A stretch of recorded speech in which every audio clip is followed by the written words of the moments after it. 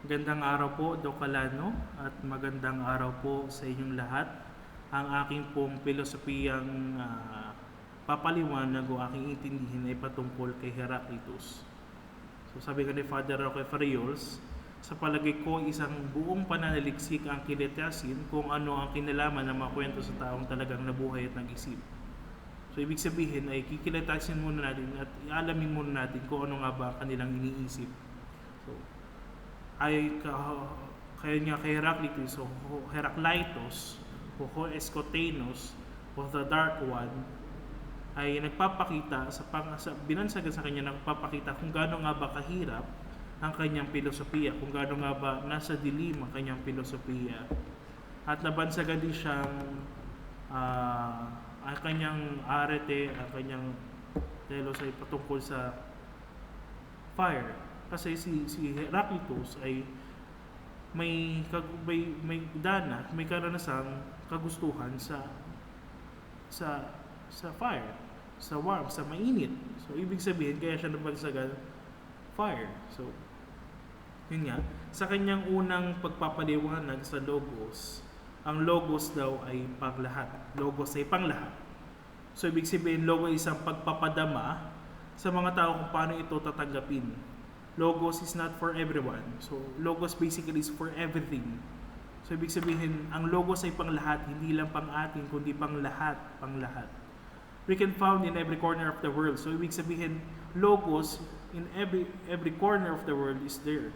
So, ibig sabihin, ang logos ay naririyan lang. Ang logos ay naririyan. Nakabase sa atin kung paano natin ito tatanggapin. Ang logos, kung paano natin ito iintindihin. Kasi ang logos ay naririyan na nga lang. So, kanina nga sinabi ko is logos is in every corner of the world. Kahit anong oras, kahit saan, ang logos ay pang lahat. Hindi natin siya makita lang basta-basta kung hindi natin ito hanapin ng tunay. So, ibig sabihin, kung hindi natin tutuklaskin kung ano ang logos, ay hindi natin malalaman kung ano ang logos. Kaya nga, lagi nakabase kung paano natin intindihin ang logos. Kung paano nga ba natin dadamhin ng logos. Ang tulog o ang torpor ay pagpapakita ng pagtatanggal kung ano nga ba ang pandama at pandinig. Dahil ang lapagising ayon kay Heraclitus ay pagsisimula. So basically, doon natin natatagpuin ang logos. So basically, ang pagtulog ay pagtatanggal at pagtanggi kung ano nga ba ang logos. At doon natin tatagpuin ang logos. Pero ang pagtulog ay pagtanggi rin sa logos. Hindi lamang sa ating pagtulog na literal, kundi sa pagtulog natin hindi natin ginagamit ang ating isip. So basically, ang pagtulog ay hindi lamang pagtulog literal, kundi pagtulog ng ating kaisipan. Kaya nga, kapag tayo ay lutang, hindi tayo nakakaintindi na kung ano-ano. Kaya nga, pagtulog ay pagtatanggal kung ano nga ba paano natin kikitain ng logos.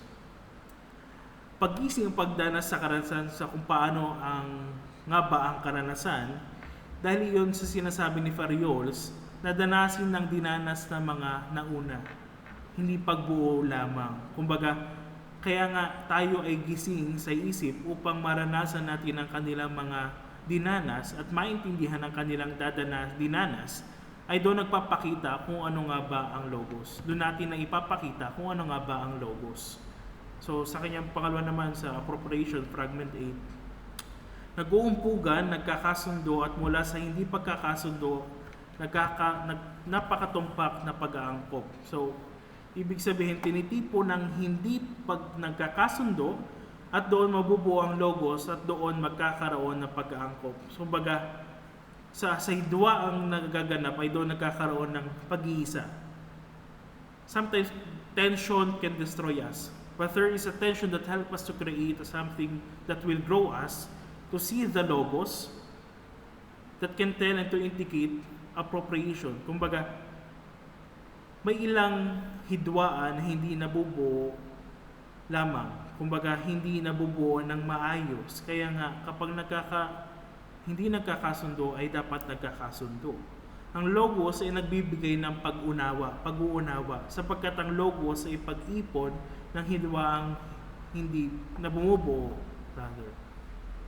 Logos ay minsan maliwanag, minsan ay malabo, ayon nga sa mga Griego, tinatawag nila itong aletheia o concealment o concealment. Kumbaga, nakadepende kung paano natin iintindihin kung ano nga ba ang logos. Busog sa Griego ay busog isang instrumento na ginagamit para sa digmaan, sa paghahunting, sa digmaan, sa pangangaso. Logos is basically a bow o pana. Kumbaga, kung hindi natin naayusin ang paggamit ng busog o pana, ay hindi natin ito maipaparating sa tamang tamaan. Kumbaga, hindi natin matampo kung ano nga ba ang logos.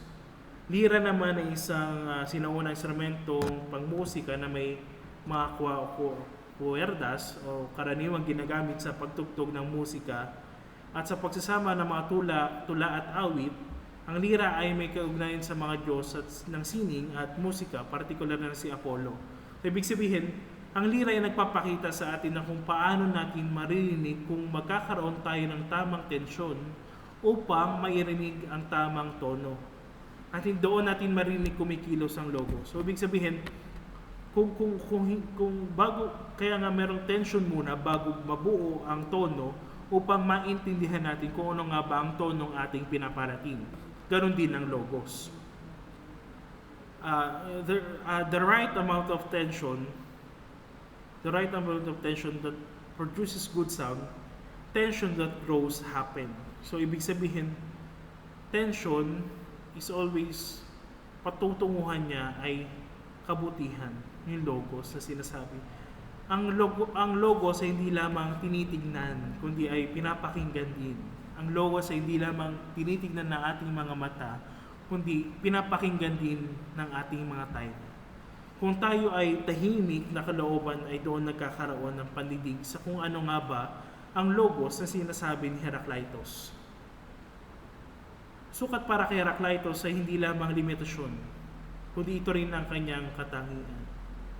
So kumbaga ang limitation ay pagpapakita ng para kay Heraclitus ay pagpapakita kundi kung ano yung katangian natin, kung ano yung kinakaya natin bilang isang tao nag-iisip, kung ano nga ba ang logos. The third is the sayings, so language. So fragment 10, pinagkabit, buo, hindi buo, nagkakasundo, hindi magkakasundo, magkabagay, hindi magkabagay, at mula sa lahat, isa at mula sa isa lahat. Not whole for being a whole. Kumbaga, hindi buo, kumbaga sa isang upuan, kapag ginagawa upuan, ay hindi lamang ito nagmumula na upuan lang. Kumbaga, may pinagmumula ng kahoy, ang pag-iisip. Bagamat iba-iba ng konsepto o ideya kung ano nga bang upuan, pero at the same time, upuan pa rin ito kung bubuuin natin ang hindi pagkakasundo-sundo. Kumbaga, hindi buo, ay doon nagkakaroon ng buo. Binubuo natin dahil doon nagkakaroon ng ideya.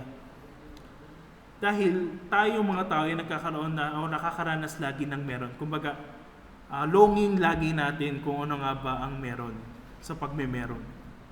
Sa fragment 59, sa pag-ayos ng damit ang pag-ikot ng kasangkapang tinatawag na suso ay tuwid at baluktot sapagkat sabay bakit at bilog ang landas nito, kaya ika niya sa mga ayos ng damit, ang daang tuwid at baluktot ay isa rin iyong iyo din.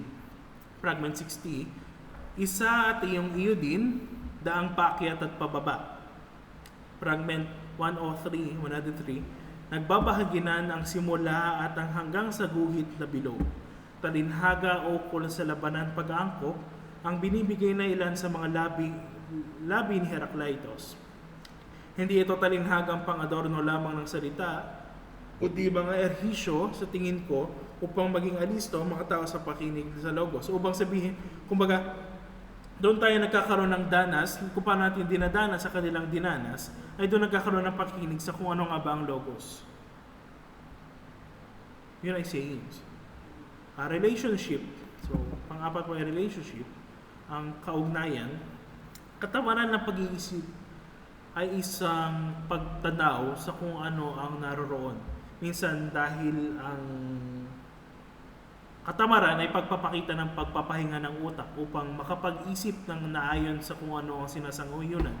Sabi ko nga kanina, pagtulog ay pagtatanggal kung ano nga ba ang ating dinadama, pandama. Pero, at the same time, syempre, sa pagpapahinga natin, sa pagtulog natin, minsan ay doon nga nagkakaroon ng bagong simula. Kumbaga doon nagkakaroon ng mas maayos na pag-iisip at doon natin mas naipaparating o doon natin nakikita kung ano nga ba ang logos. Makita natin isang bagay kung paano natin titignan itong relasyon sa iba. Kumbaga titignan lagi natin kung paano yung relasyon ng isang bagay sa iba upang maintindihan natin kung ano nga ba yun. Ang tao ay nagkakamali, ang tao lamang. Pero yun ay isang pagdapa.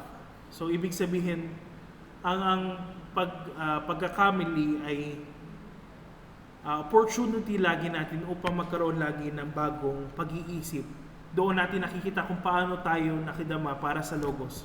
Kaya nga kapag hindi natin naayos ang makipagrelasyon sa logos, ay yun ang pagbahantong ng kamalian. Kaya nga kapag laging tinatanggi lagi natin kung ano ang logos, ay doon tayo lagi nagkakaroon ng hindi maayos na pag-iisip. Cosmos or order, so sangkaayusan. Sa digmaan, laging may kaayusan. Lagos ay sumisinag na apoy.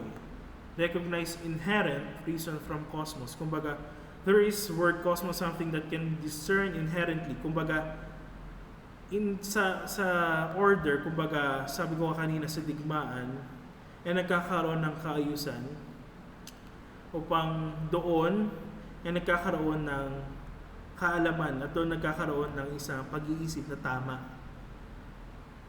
So, ibig sabihin, ang pag-aahupuhap sa dilim, we can recognize different makers. Kumbaga, in times of the desperate times, kumbaga doon lagi tayo nagkakaroon ng order. Kumbaga doon tayo nagkakaroon ng tamang isip. Minsan sabog tayo, pero at the same time, doon nagpapakita, doon nagsisimula kung paano nga ba talaga ang logos ay kumikilos sa ating mga isip. Suke, yung suke, para kumbaga salitang paghalip sa mga Griego, term for searching so that we can search to and find answer. Kumbaga suke ay yung lalim natin. Kumbaga yung lalim ng isang tao nagpapakita kung ano nga ba siya. Paano siya mag-isip, paano siya kumilos, at paano siya umano. Yun nga, sa suke ay nagpapakita ng tunay na sarili. Kumbaga, ang suke ay pagpapakita ng totoong atin, totoong tayo. Kumbaga, yun nga, yung sa term ng daimon o taong may lahing Diyos. Kumbaga, ang aral nito ay excellence. Consciousness is more important than corpse. Kumbaga, ang pagdama natin ay mas mahalaga pa sa mga patay. Kumbaga, doon tayo nagkakaroon ng kaugnayan sa iba. So, ayun din kay Heraclitus, ang pakikigugnay sa banal ay doon din natin nakikita kung ano nga ba ang logos. So doon nagpapakita kung paano tayo nakipag-ugnay sa logos, ay doon natin tatanungin kung ano nga ba ang logos. Kumbaga, in the mystery of the logos, kumbaga kinokonekta lagi natin minsan ito sa kung ano nga ba ang mystery, kung ano nga ba ang pakiugnay sa mga banal, sa mga Diyos, sa mga pinapakita sa mga papakinggan na nating Diyos. Kumbaga, in the mysterion, seremonya, ang misteryo niya ay seremonya ng pangugnay sa mga tao na sa mga Diyos. Kumbaga, tayo mga tao ay ilongin lagi tayo kung paano tayo makipag-ugnay sa Diyos. Kumbaga, kaalamin natin lagi kung ano nga ba ang Diyos sa pamamagitan ng logos. Kumbaga, yun ang logos natin. Ayon din kay Heraclitus, ang polis o lungsod o bayan, ay nagkakaroon din, kumbaga, ang logos ay pagpapakita kung ano nga ba ang law. Kumbaga, the law is the logos. Kumbaga, kung ano na pagkasunduan ng karamihan, ay doon dapat sinusunod natin sapagkat yun ay napagkasunduan ng nakakarami dahil ang nakakarami ay nakakaalam kung ano nga ba ang nangyayari. So, ibig sabihin, sa logos, in the concept of Heraclitus, ay nagpapakita, kumbaga, ang pagkakasundo ng isang bayan at pagpapakita ng kanilang order o kanilang kaayusan ay pagpapakita ng pagkakasundo nila sa logos. So pag hindi sila nagkakasundo, hindi sila nagkakasundo kung ano nga ba ang logos.